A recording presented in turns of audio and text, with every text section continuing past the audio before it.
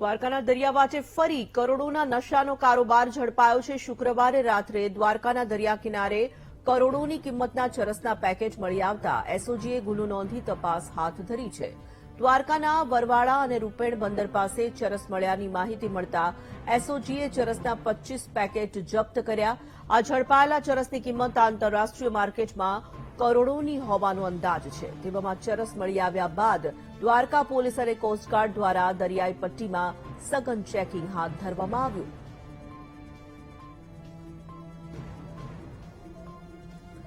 સંવાદદાતા કુશાલ ગોકાણી જોડાઈ ચૂક્યા છે વિગતો સાથે। કુશાલ, દ્વારકાના દરિયાવાંચે ફરી એક વખત કરોડોનો નશાનો કારોબાર ઝડપી લેવામાં આવ્યો છે। શું આ સમગ્ર મામલે જાણકારી મળી રહી છે?